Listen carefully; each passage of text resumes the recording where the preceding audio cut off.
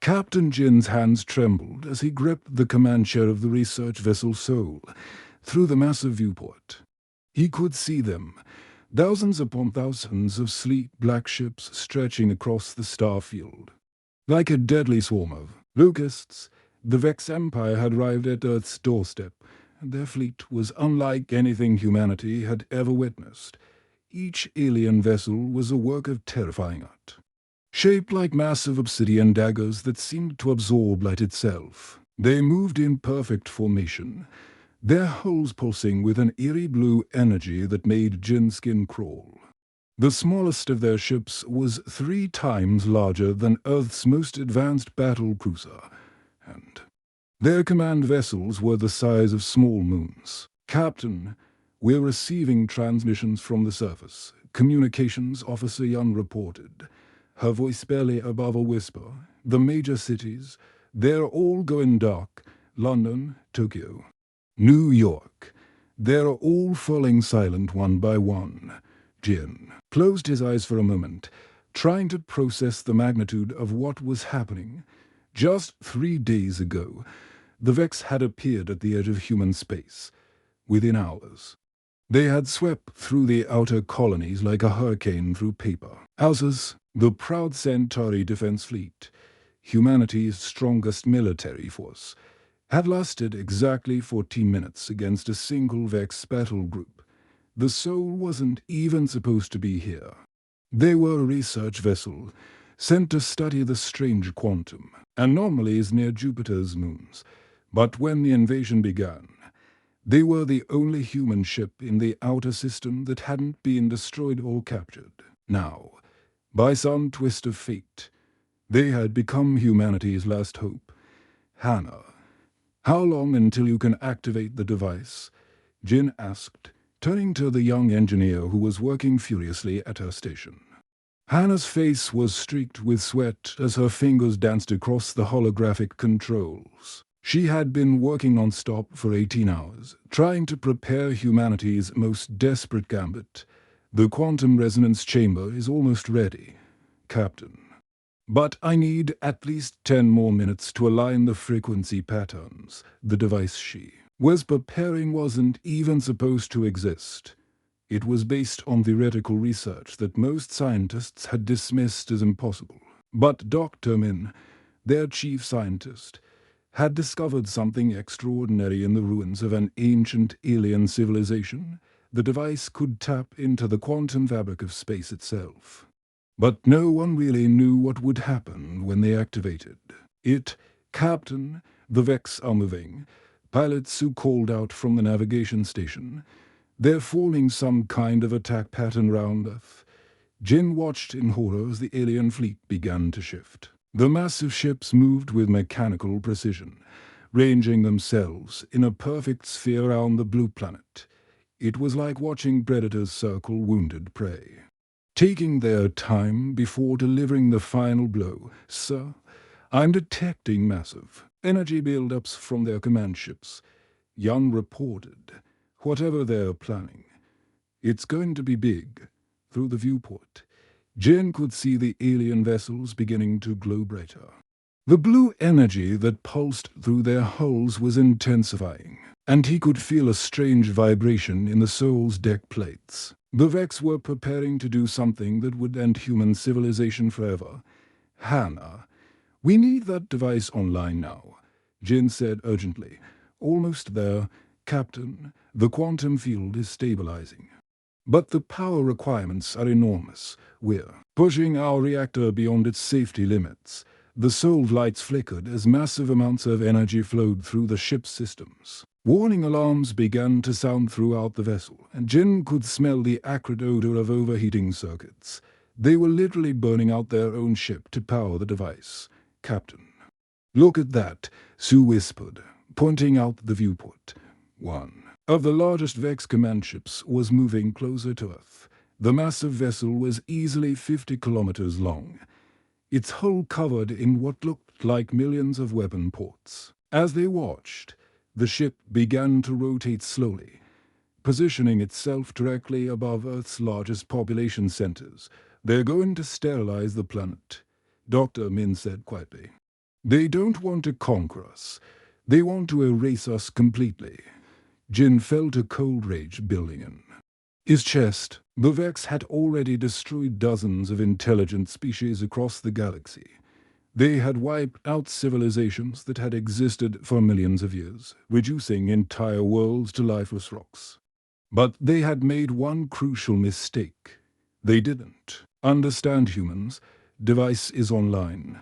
Captain, Hannah announced, her voice filled with exhaustion and determination. All we need now is your command.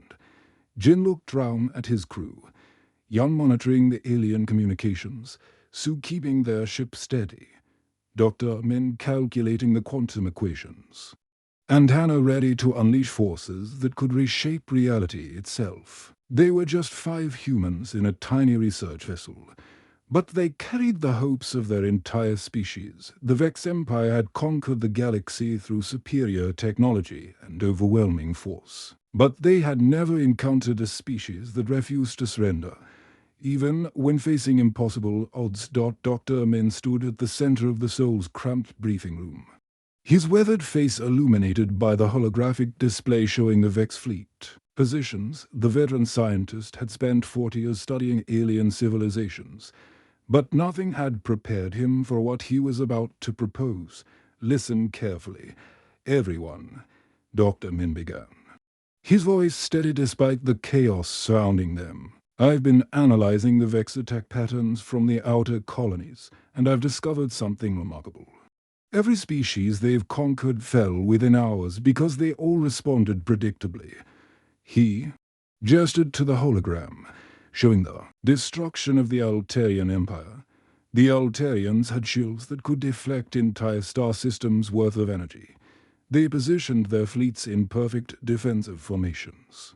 Following thousands of years of military doctrine, the Vex calculated their response in seconds and destroyed them. Communications Officer Yun leaned forward, her eyes fixed on the display. What about the Zephyrian Collective? They had the most advanced AI systems in the galaxy. Same story, Dr. Min replied grimly. Their artificial intelligence could process 1 billion scenarios per second, but it still followed logical patterns. The Vex simply overwhelmed their processing capacity with superior calculations. Captain Jin studied the tactical readouts, trying to understand where his scientist was leading them. So what makes us different? Min, our technology is primitive compared to theirs. Dr. Min smiled for the first time in days. That's exactly the point, Captain. We're not just primitive. We're chaotic. Every other species the Vex encountered had evolved to be logical, efficient, and predictable. But humans, we're the galaxy's beautiful accident. He pulled up another hologram showing human military history. Look at our greatest victories, the Battle of Thermopylae, where 300 Spartans held off a massive army.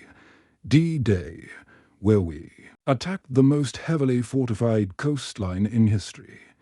Every time, we succeeded because we did something that made no logical sense. Engineer Hannah's fingers paused over her console as she absorbed this information. You're saying our stupidity is actually an advantage. Not stupidity, Dr. Min corrected, adaptability. When humans face impossible odds, we don't calculate the logical response. We improvise. We take crazy risks.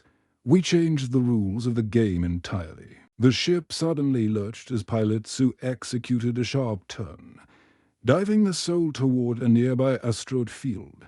Through the viewport, they could see Vex scout ships pursuing them, their sleek forms cutting through space like silver arrows. Speaking of changing the rules, Sue called out from the pilot's seat.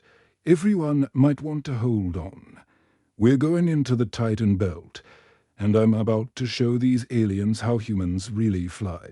The asteroid field ahead was a graveyard of shattered moons and planetary debris, stretching for millions of kilometers in every direction. Most pilots would navigate carefully around the larger asteroids, using predetermined flight paths that minimized risk. But Sue wasn't most pilots. She dove the soul straight into the heart of the field, weaving between massive rocks with reflexes that seemed to defy physics. The ship rolled and spun through impossible gaps, her hull scraping against asteroid surfaces with millimeters to spare. Behind them, the vexed scouts tried to follow, but their logical flight patterns couldn't adapt to Sue's chaotic navigation. "This is insane," Jan whispered, watching one of the pursuing ships slam into an asteroid as it tried to predict Sue's next move. "Exactly," Dr. Min said with satisfaction. "The Vex computers are trying to calculate where we'll go next, but Sue herself doesn't know until she does it. How can they predict something that doesn't exist until the moment it happens?" Sue laughed as she pulled the soul into a spiraling climb round a rotating asteroid, using its gravity to slingshot them toward a cluster of ice rocks. "I learned to fly racing pod through the Saturn rings. The trick isn't to plan your route, it's to feel it." Two more Vex scouts collided with debris as they tried to follow her unconventional path. Their sophisticated targeting systems couldn't lock onto a ship that seemed to move purely on instinct. "This is what we're going to do," Dr. Min continued his explanation. "Every other species fights the Vex by trying to outthink them or overpower them. We're going to do something completely different. We're going to confuse them to death." Captain Jin was beginning to understand. "You want us to act randomly." "Not randomly," Dr. Min corrected. "Humanly. We're going to be creative, stubborn, and completely unpredictable. We're going to make decisions based on gut feelings instead of calculations. We're going to take risks that no logical mind would ever consider." The soul burst out of the asteroid field, leaving the remaining Vex scouts trapped in the debris behind them. Sue's unorthodox flying had not only saved them, but proved Dr. Min's point perfectly. "Look at what just happened," the scientist said, gesturing toward the scattered alien ships.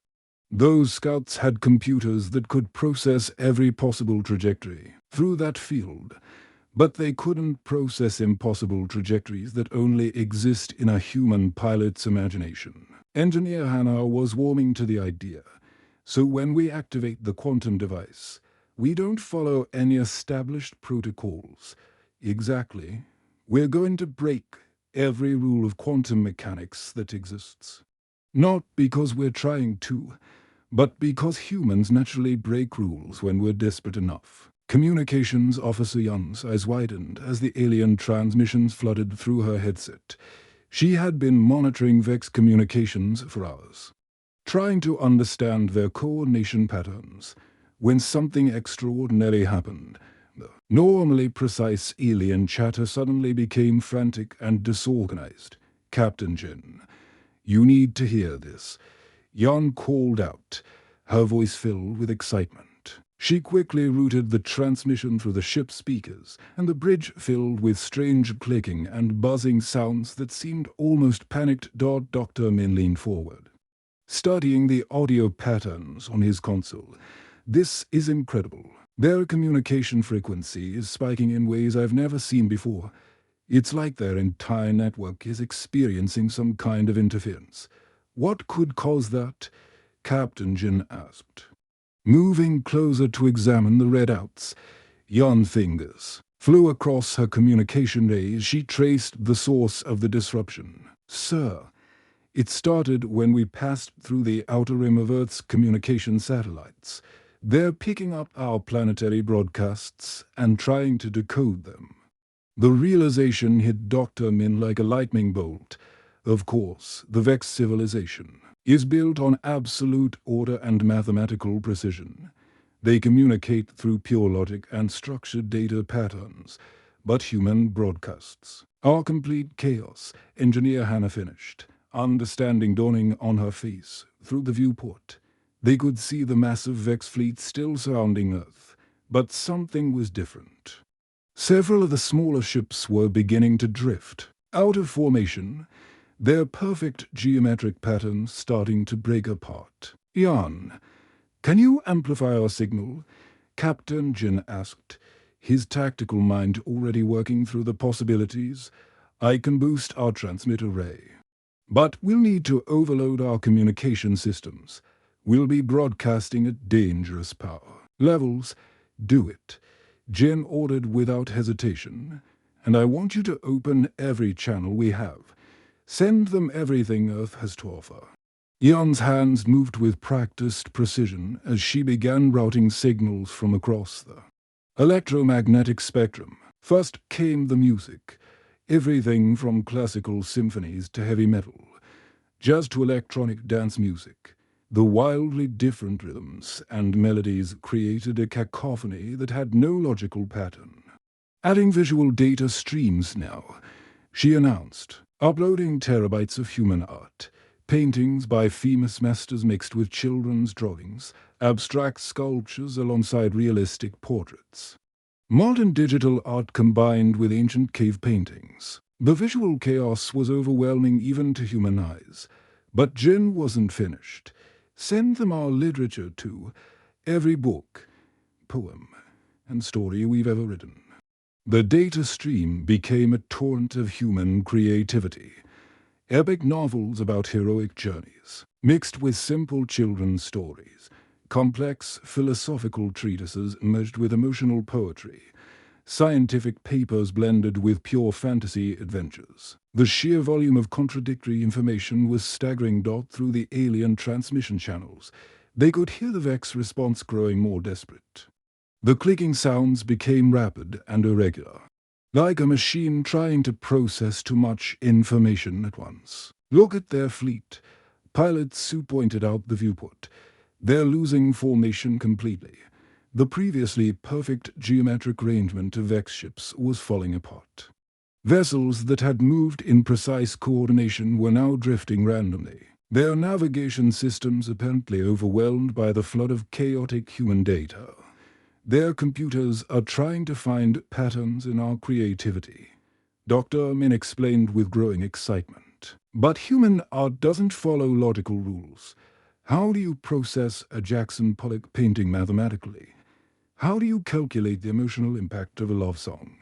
Yon boosted the signal even higher, sending cooking recipes mixed with technical manuals, sports commentary combined with philosophical debates, comedy shows merged with dramatic performances. The cultural diversity of human expression was infinite and completely unpredictable.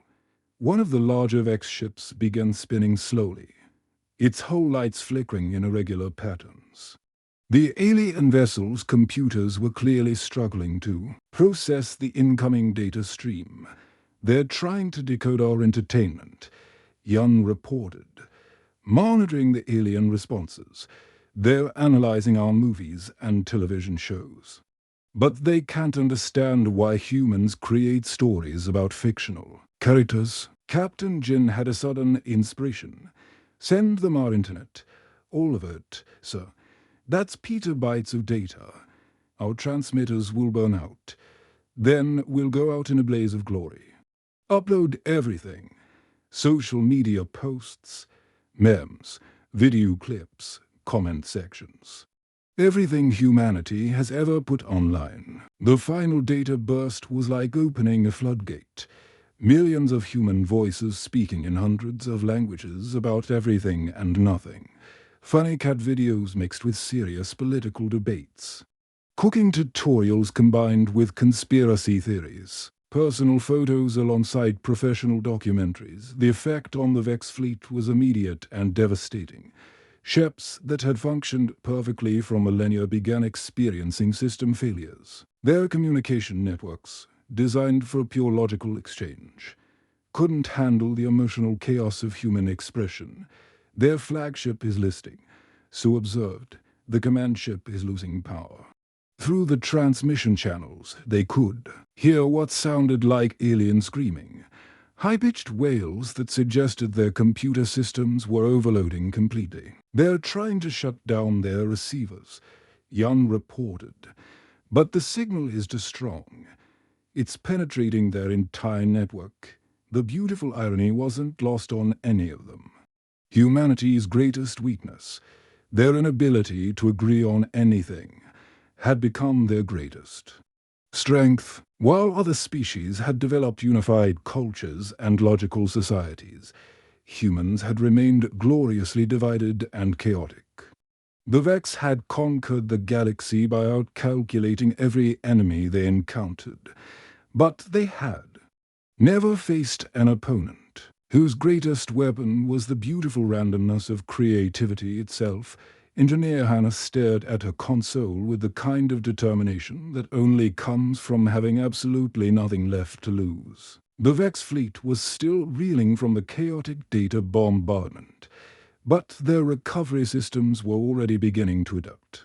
She could see their ship formation slowly stabilizing as their computers learned to filter out the human noise. They're getting smarter, she muttered, watching the alien fleet reorganize itself. We need something they can't adapt to. Captain Jin looked over her shoulder at the engineering readouts. What do you have in mind? Hannah's fingers hovered over the ship's control systems, her mind racing through possibilities that would make any sane engineer run screaming. Captain, what if I told you I could make our reactor run at 300% efficiency while simultaneously using our navigation thrusters as a secondary power source? I'd say that's impossible, Jin replied without hesitation. Exactly. Hannah grinned, her eyes gleaming with the kind of madness that engineers develop when they've pushed physics too far.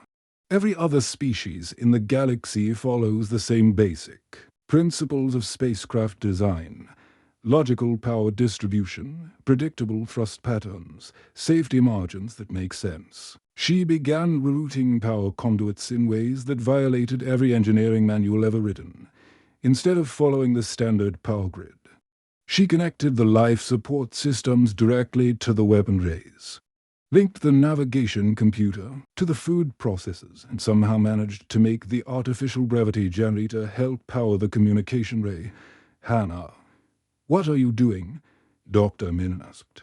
Watching warning lights flash across every system panel. Those connections shouldn't be possible. That's the beauty of it. She laughed, her hands moving with practiced precision despite the chaos she was creating. The Vex computers are trying to analyze our ship's power signature, but they can't figure out how we're generating energy from systems that aren't supposed to produce any. The soul began to vibrate strangely as her impossible modifications took effect. The ship's hull groaned under stresses that should have torn it apart, but somehow held together through what could only be described as sheer human stubbornness. Sue, I need you to do something that will probably kill us all, Hannah called out to the pilot. My favorite kind of flying, Sue replied with a grin. What did you have in mind? I've rigged our engines to run on pure spite and determination. I want you to fire us directly at the command ship, but use the thruster pattern I'm sending to your console. Sue looked at the navigation data and her face went pale. This flight path is insane. It has us accelerating and decelerating at the same time while spinning in 3 different directions. Trust me, Hannah said, making final adjustments to her jury-rig systems. I've connected our inertial dampeners to the coffee machine and somehow made our hull integrity dependent on the crew's collective mood. The soul suddenly lurched forward with impossible acceleration, moving in ways that defied every law of physics the galaxy had ever established. The ship spiraled through space like a drunk butterfly, its trajectory so chaotic that even the crew couldn't predict where they were going next. Through the viewport, they could see the Vex fleet trying to respond. Massive alien ships moved to intercept them, their weapon systems calculating firing solutions based on logical flight patterns. But the soul wasn't following any logic. They're trying to target us, Communications Officer Young reported, but their computers keep crashing. Our flight path is so impossible that their targeting systems think we're in multiple locations simultaneously. The soul performed a maneuver that should have been physically impossible. It seemed to accelerate in one direction while moving in another, its engine firing in patterns that created thrust from nothing. The Vex ships opened fire. But their energy beams passed harmlessly through empty space where their computers calculated the soul should be. "How are we not dead?" Captain Jin asked. Gripping his chair as the ship performed another impossible turn. "Because I've convinced our ship that the laws of physics are more like friendly suggestions," Hannah replied, sweat beading on her forehead as she manually balanced systems that shouldn't exist. "I got our reactor running on pure human determination, our shields powered by our collective refusal to give up, and our weapon systems somehow drawing energy from the crew's shared anger at being invaded. The largest Vex command ship, a massive vessel the size of a small moon, moved to block their approach, its hull bristled with weapons that could vaporize entire planets. And its shields could deflect the combined firepower of a dozen star systems. "Sue, ram it," Hannah ordered calmly. "Ram a ship that's 10,000 times our size." Sue asked, "Trust me, I've made some modifications to our structural integrity that the universe hasn't figured out yet." The soul accelerated toward the massive alien vessel, its tiny hull glowing with impossible energies. The Vex ship's defensive systems fired everything they had, but the beams seemed to pass through the soul like it was made of ghost matter. Their weapons can't lock onto us. Dr. Min observed in amazement. "We're somehow existing in multiple quantum states simultaneously. That's because I've rigged our quantum field generator to run on pure human stubbornness," Hannah explained. "Every time the universe tries to tell us something is impossible, we just ignore it harder.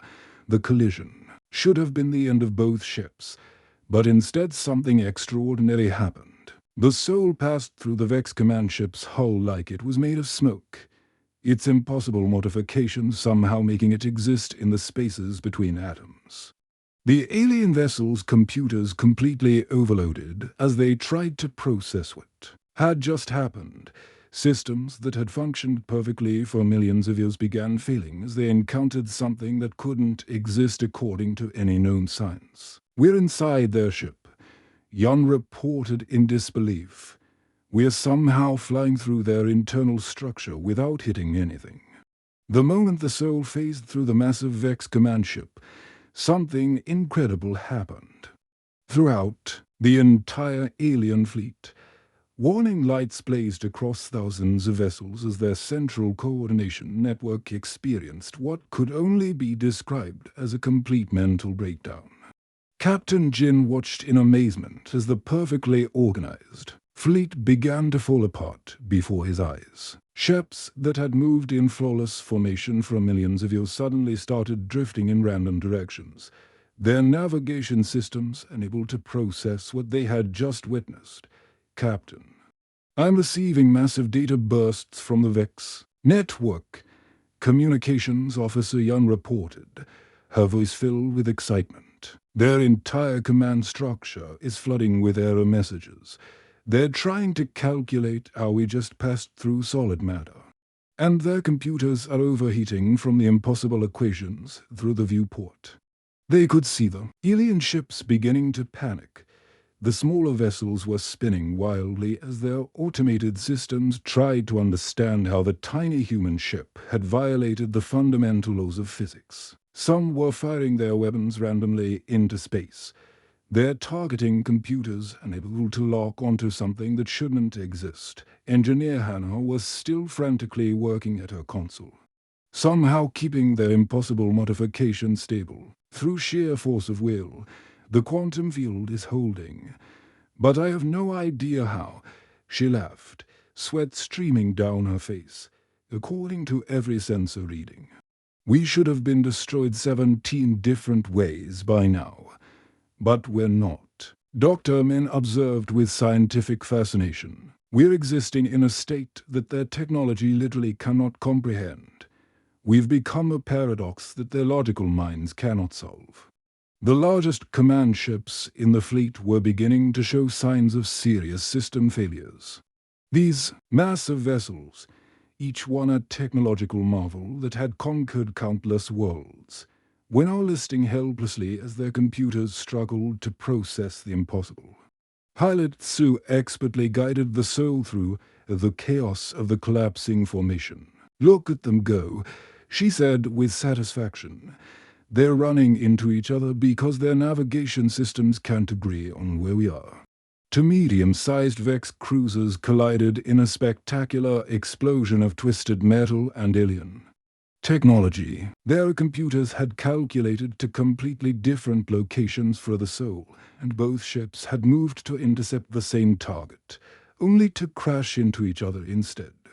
"The entire fleet is receiving our impossible sensor readings," Jan explained, monitoring the alien communication channels. "Every ship is getting different data about our position, our speed, our mass. Everything about us contradicts everything else they know."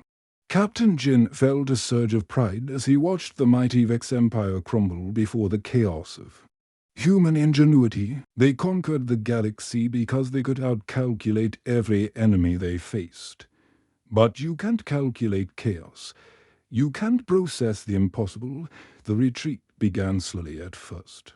A few of the smaller scout ships simply turned and fled, their eye systems apparently deciding that discretion was the better part of valor when faced with something that violated reality itself. But as more ships began experiencing system failures, the retreat became a full-scale rout. "Their command frequencies are going silent," Jan reported. "I think their communication network is shutting down to prevent further contamination from our impossible data." Dr. Min was recording everything, his scientific mind fascinated by what they were witnessing.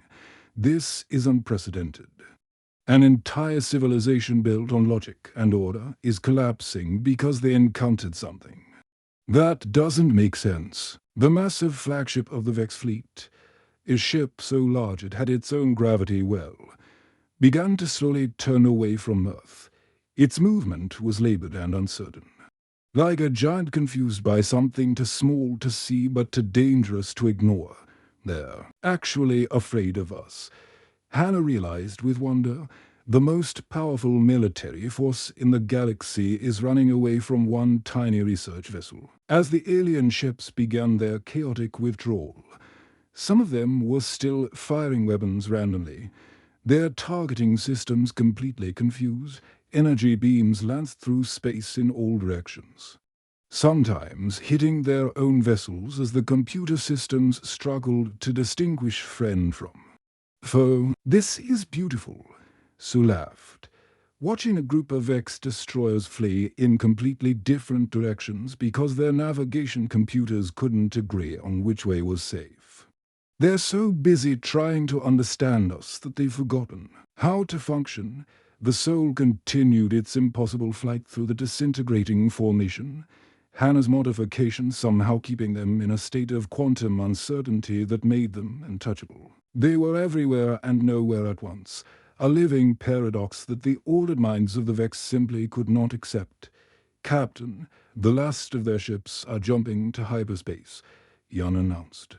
"The Vex fleet is completely gone. They're retreating from the entire system." Captain Jin stood quietly for a moment, watching the empty space where the most powerful invasion force in galactic history had been just minutes before. The silence was profound after the chaos of the battle. "They'll spread the word," Dr. Min said softly. "Every species in the galaxy will hear about this. They'll learn that there's one race that can't be conquered because they don't follow the rules that everyone else lives by." Jin smiled as he looked out at the blue marble of Earth hanging peacefully in space. "We didn't win because we were stronger or smarter. We won because when the universe tells us something is impossible, we just shrug and do it anyway." The soul had saved humanity not through superior firepower or advanced technology, but through the most human trait of all, the stubborn refusal to accept that anything was truly impossible.